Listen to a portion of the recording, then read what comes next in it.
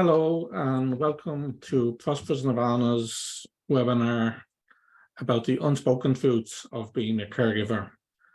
My name is William Whitford and I'd like to welcome you all here today.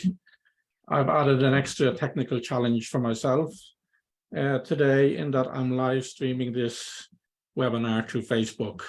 So we may not have too many people on Zoom, but I do think we'll have quite a few on Facebook. And with Facebook, of course, people will dip in and out of it. So welcome to everybody, and I hope you enjoy the next 45 minutes or so of caregivers support, in which I will discuss my own experiences about being a caregiver and some of the unspoken truths that I found relevant during my time as a caregiver.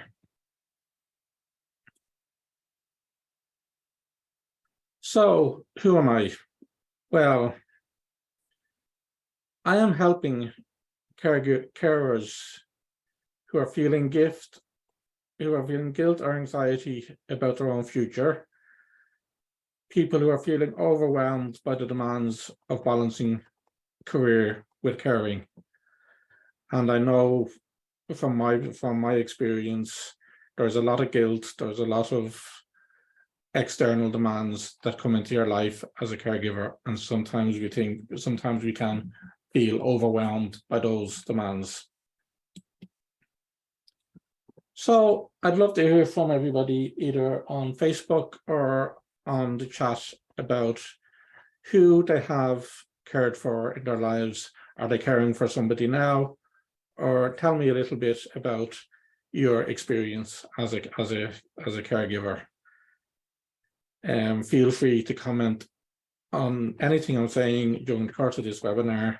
And if you want to interrupt me to ask a question, I'm more than happy to field questions as well. So I'd love to hear any comments that people may have about their lives as caregivers. So, who is this for? Is for people caring for a loved one or assisting another to care for a loved one? So often the role of caregiving isn't limited to just one person. The central caregiver can have caregivers themselves, and I would suggest that it's important that they do. So it's for people who are feeling stressed and overwhelmed, and people feeling unfulfilled, and that something is missing. So they're scared by their role as a caregiver. They feel that their lives will have to be put on hold while they're caring for somebody else. And it's easy to forget, of course, why it is that we're caring for somebody.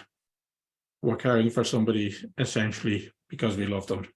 And remembering that can help us cope so well with the challenges that arise during our time as caregivers.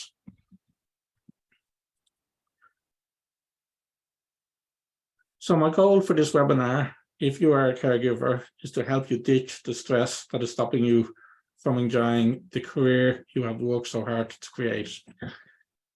This was a big issue for me when I was a caregiver.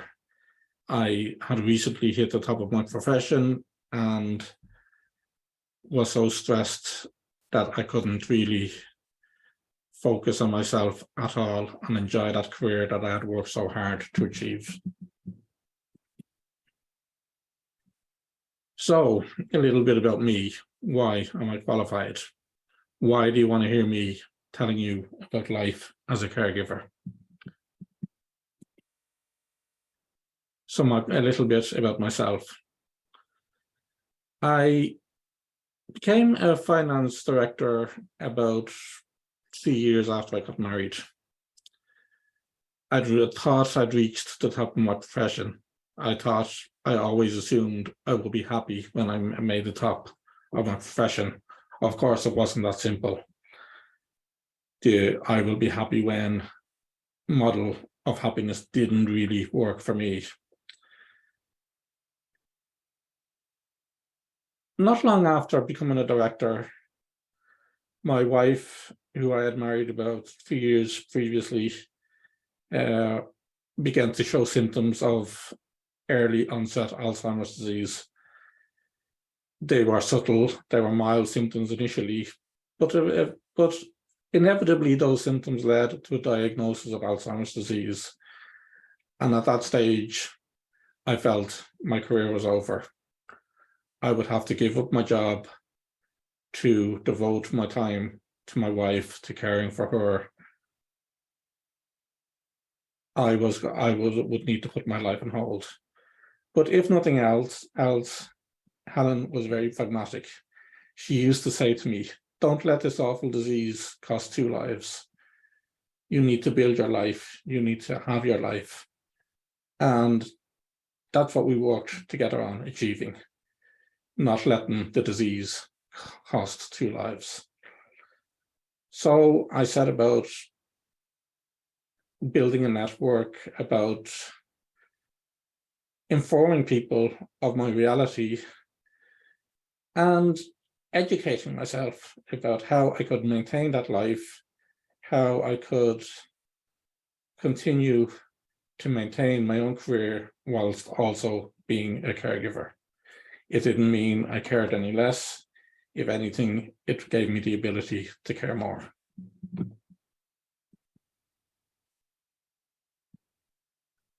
So, as a caregiver, if you have been struggling with feelings of stress, self-doubt, and anxiety, it might well be because you take setbacks personally. You've lost touch with why you do what you do, and you have formed a belief that you're not enough as a caregiver. I'm here today to shatter those beliefs. You are absolutely enough, and you deserve to have a stress, self-doubt, and anxiety-free life as a caregiver. And I know you can do it.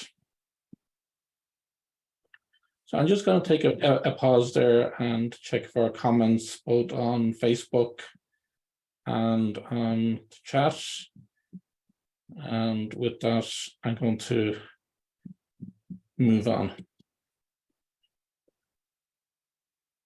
So life can be hard as a caregiver. And what causes life to be hard is that we become stressed and anxious. We develop unhelpful habits and behaviors, and our relationships with our loved one and the other people around us can become strained and challenging. Life doesn't have to be like this. There is help out there. There is hope for caregivers.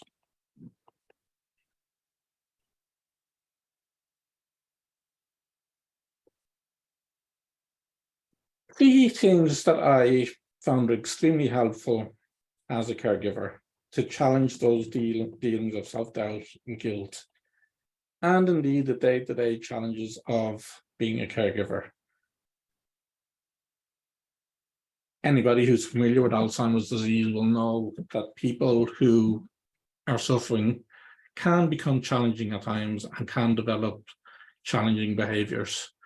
And those behaviors can seem very selfish to us as caregivers. It's important not to take these behaviors personally and to move on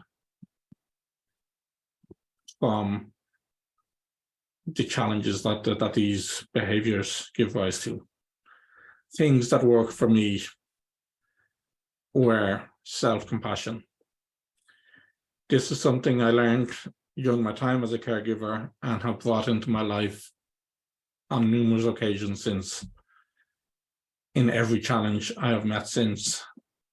And indeed, it's something I encourage other people to develop, is a habit of self-compassion.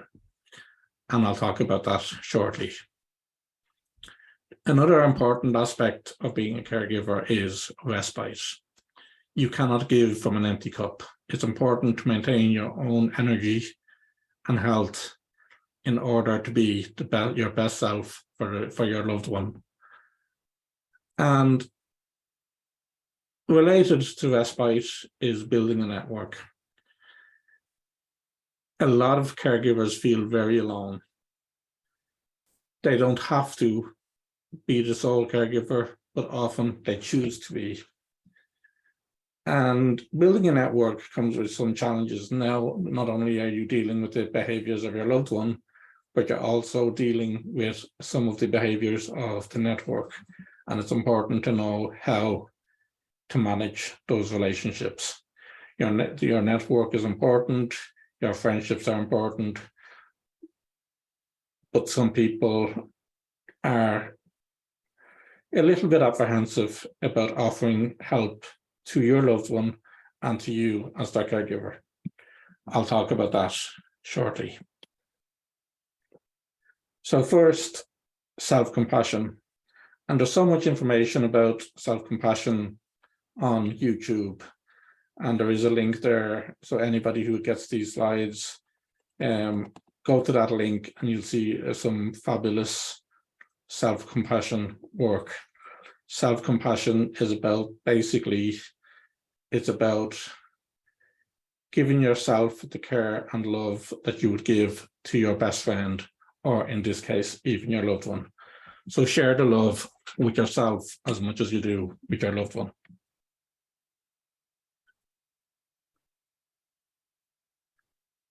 So treat yourself as you would treat others. One of my favorite sayings, and I can't remember who originated it, but is between stimulus and response, there's a space. So you've been triggered by a catastrophic reaction of your caregiver. And often we respond in habitual ways to these triggers, but we don't have to. By taking a breath, by taking a moment of mindfulness, by creating a space between the stimulus and your response, you get to choose your response. And if in that space you can put self-compassion, then your response is going to be so much more powerful, so much more impactful. Your response is going to be just so much more. Another of my favorite topics is the whole area of gratitude. By finding something to be grateful about in moments of stress, our stress can be relieved. If we can feel, if we can imagine the feeling, if we can visualize, if we can feel the feeling of gratitude, something good that happened in our life, if we actively feel that feeling, it replaces the stress, it reduces the stress. So finding something to be grateful for is a superpower. It is enormously helpful. It is absolutely a game changer. Kindness. Well, what do I need to say about kindness? Being kind to ourselves as well as to others. Not responding in a way that we live to regret.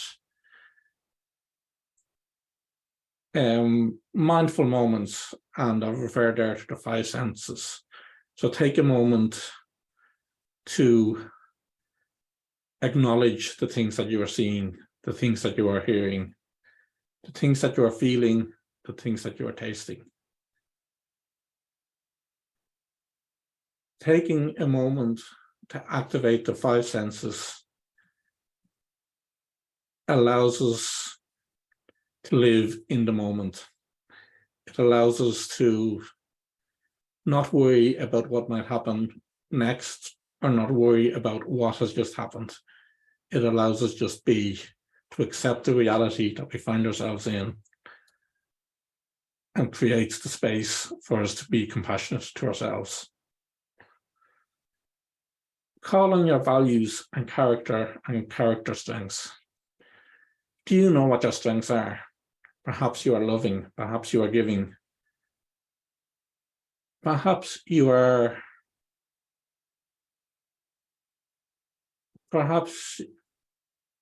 one of your strengths is being able to take a moment of mindfulness.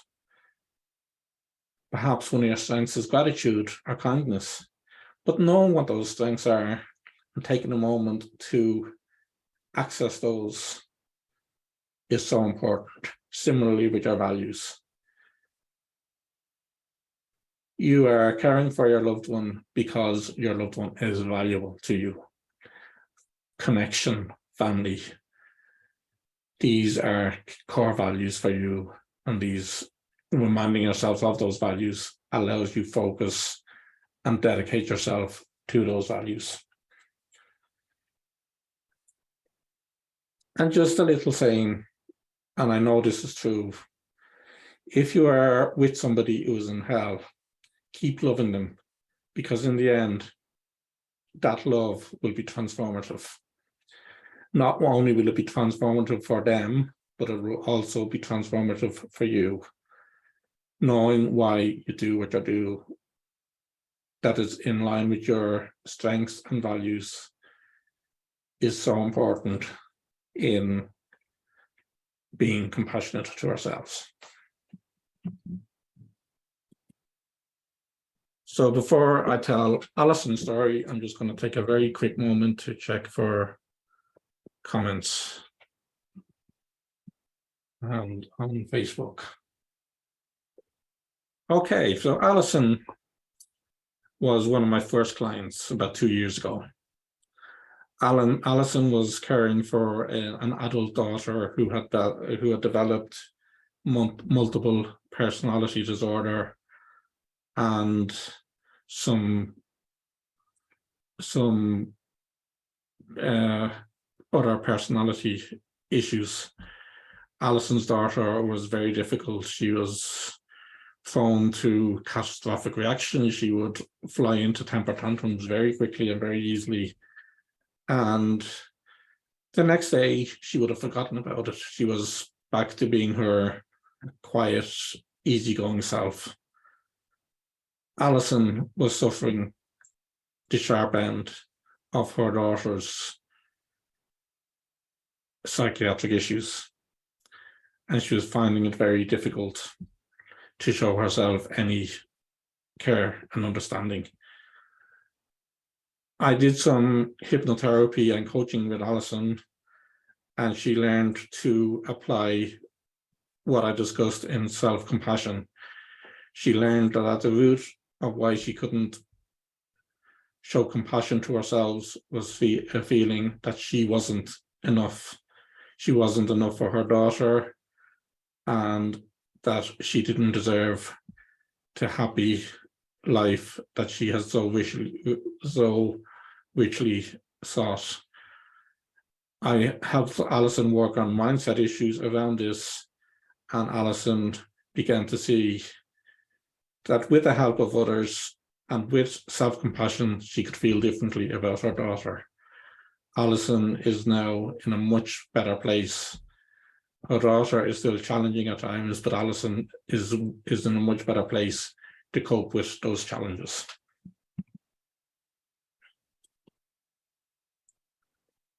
So my next topic is respite, the importance of getting respite,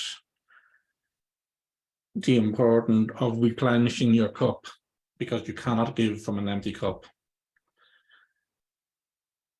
When you are drained, when your energy is drained, it's very difficult for you to be a patient, loving carer for your loved one. And respite can be difficult. Hopefully some of our viewers are based possibly all over the world, but in Ireland, accessing respite can be difficult. Normally it's expensive, and finding a respite that is suitable for you and your loved one can be a challenge. But it's a challenge that you have to meet. You have to take time for yourself. You have to take time away from your loved one. But sometimes it doesn't have to be what we imagine. It doesn't have to be a day, a week, or even longer. Sometimes respite can be a coffee with a friend, a half an hour. That sometimes can be enough to build replenish our energy levels, to replenish our love, and to build ourselves back up after we have dealt with something challenging with our loved ones. So respite, yes, can be difficult, can be hard to access, but it's so important. The work you do in this, the building relationships that you can go for a respite for half an hour and find somebody to stay with your loved one, is so important and will serve you so much.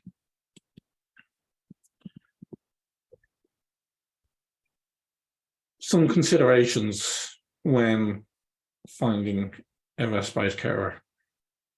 Why do we need a respite? Is it an hour? Is it a day? Is it a week?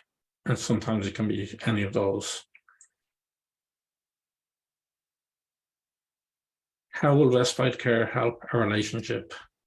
Well, for most people, enabling us to touch our hearts, our own desires, our own feelings, will enable us to care better for our loved ones and to maintain our own health and happiness, which of course is highly important.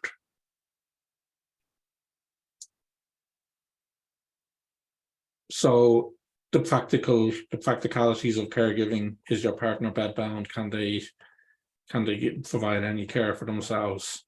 Another important consideration. In my life as a caregiver, I managed to maintain my career. People had told me that I couldn't. People that told me that it would be challenging to continue to love, continue to care for my loved one whilst maintaining a career. But for me, my job was my respite. I had to put arrangements in place eventually that a carer would come in and provide support during the working day. But in order to maintain my own life and career, that's what I needed to do. That was an important value of mine, but also of my wife, who is now declining in her illness.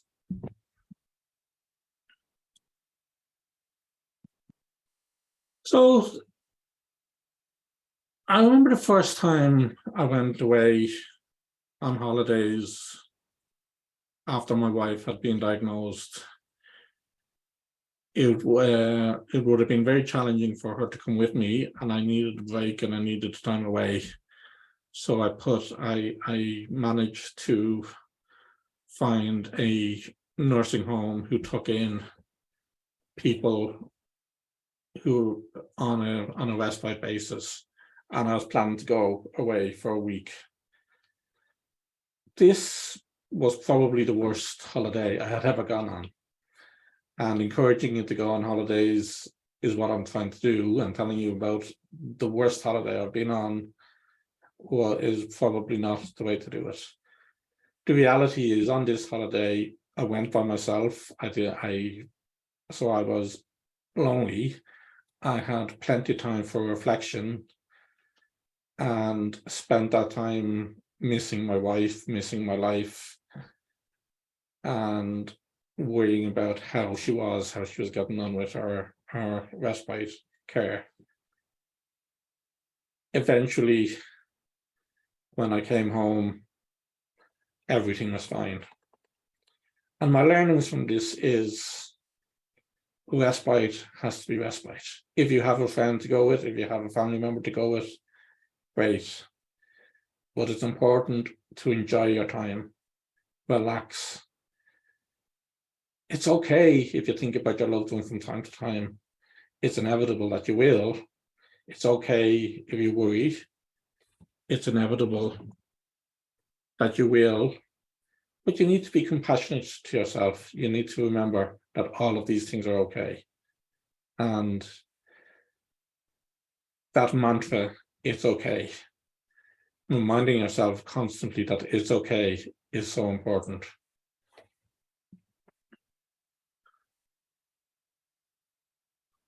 So before I go on to talking about my network, I'm just going to check quickly for comments.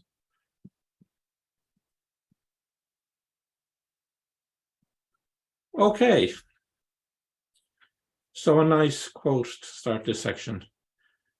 Be strong enough to stand alone, smart enough to know when you need help, and brave enough to ask for it. Bravery is something I'm going to talk about again in a moment. But sometimes when we're a carer, we think we're the only ones who can give the level of care that we need. And we forget, of course, about the care that we need for ourselves, about having the courage to reach out to somebody saying, I'm suffering, I'm feeling stressed, and having conversations about how and who you are. So I mentioned earlier that dealing with a network can be challenging, and this is how I became a leader of my network. First of all, boundaries. Setting clear boundaries that everybody is aware of. When you need help, when you don't need help, when it's appropriate to contact you, when it's not appropriate to contact you. Being reliable, so saying what you do and doing what you say. Being accountable, so if you don't do something that you've committed to doing, are you accountable for that? The vault. This is about keeping people's secrets. If somebody tells you something in confidence, you keep that confidence. If your loved one doesn't want to share aspects of his or her life or needs, you keep their confidence, you keep their privacy. Integrity. Be true to yourself, mostly. Be true to your loved one, but be honest and have an integrity in your dealings with people. Be non-judgmental. It's important for others to assert their needs too, and for us to let go of our judgments. So do you knee-jerk reaction if somebody says no to your request? Is your knee-jerk reaction to assume, to make a judgment on what's on their thinking? They're thinking they don't want to, or they don't like you, or that you're not enough, or that you deserve your life. And finally, be grateful. Find something to be grateful about in your network.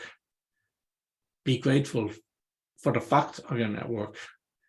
Be grateful that they helped you last time. If they can't help you this time, be grateful for the small things, for they do make a difference in how you feel and on who you are.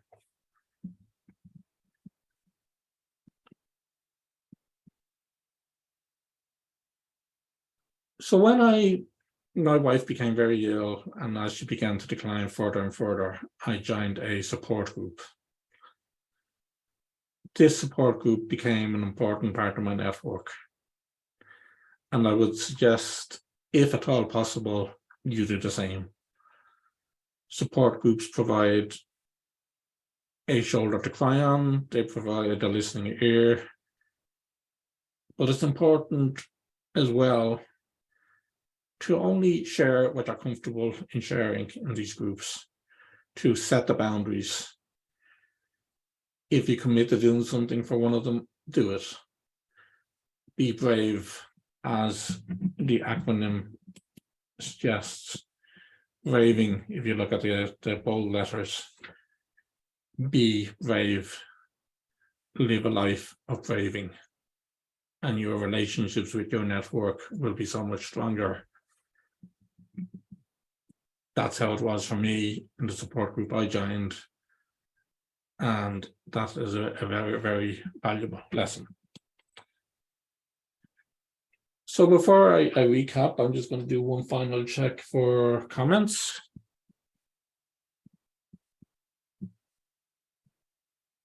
And okay, so just a very brief recap. In caring for somebody, it can be difficult, it can be challenging.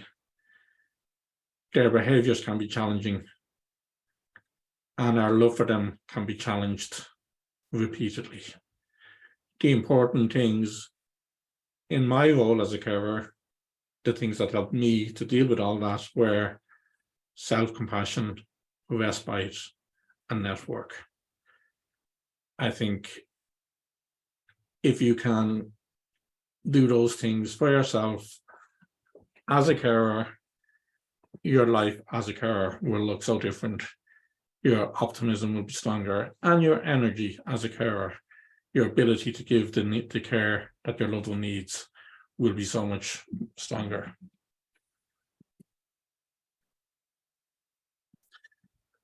So you think you cannot change the habits of a lifetime?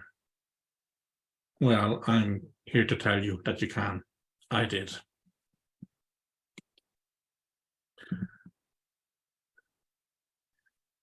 By learning self-compassion, by learning that it's okay to fail, that it's okay to feel stressed, that it's okay to feel angry, you begin to take control of your feelings. You begin to change the habits of negative thinking, of catastrophization. You begin to change those habits, and you can have the life that you deserve.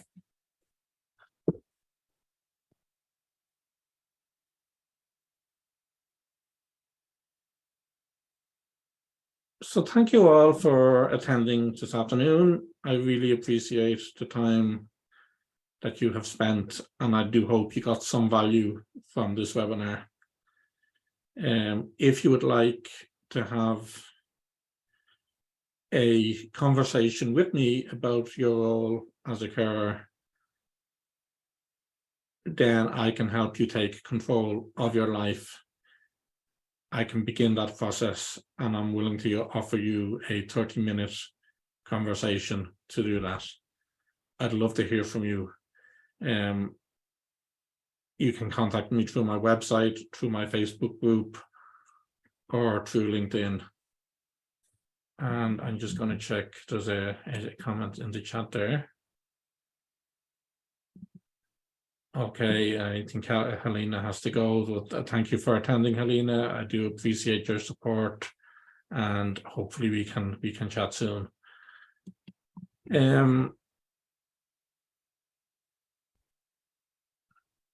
So yes, I would love to hear from you if you think I can be of help. Absolutely delighted to hear from you.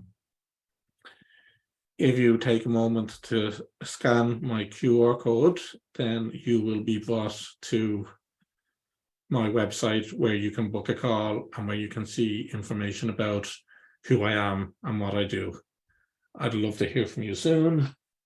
And I'm just checking the chat again.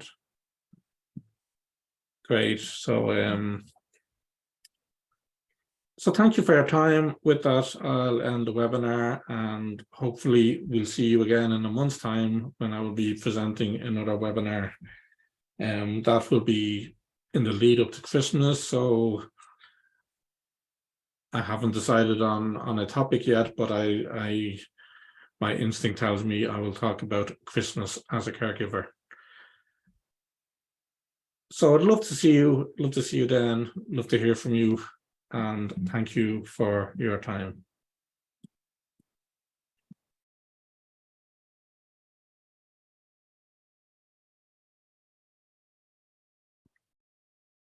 So I'm just going to take a moment if anybody has any questions, and I'm just going to check Facebook if anybody has any.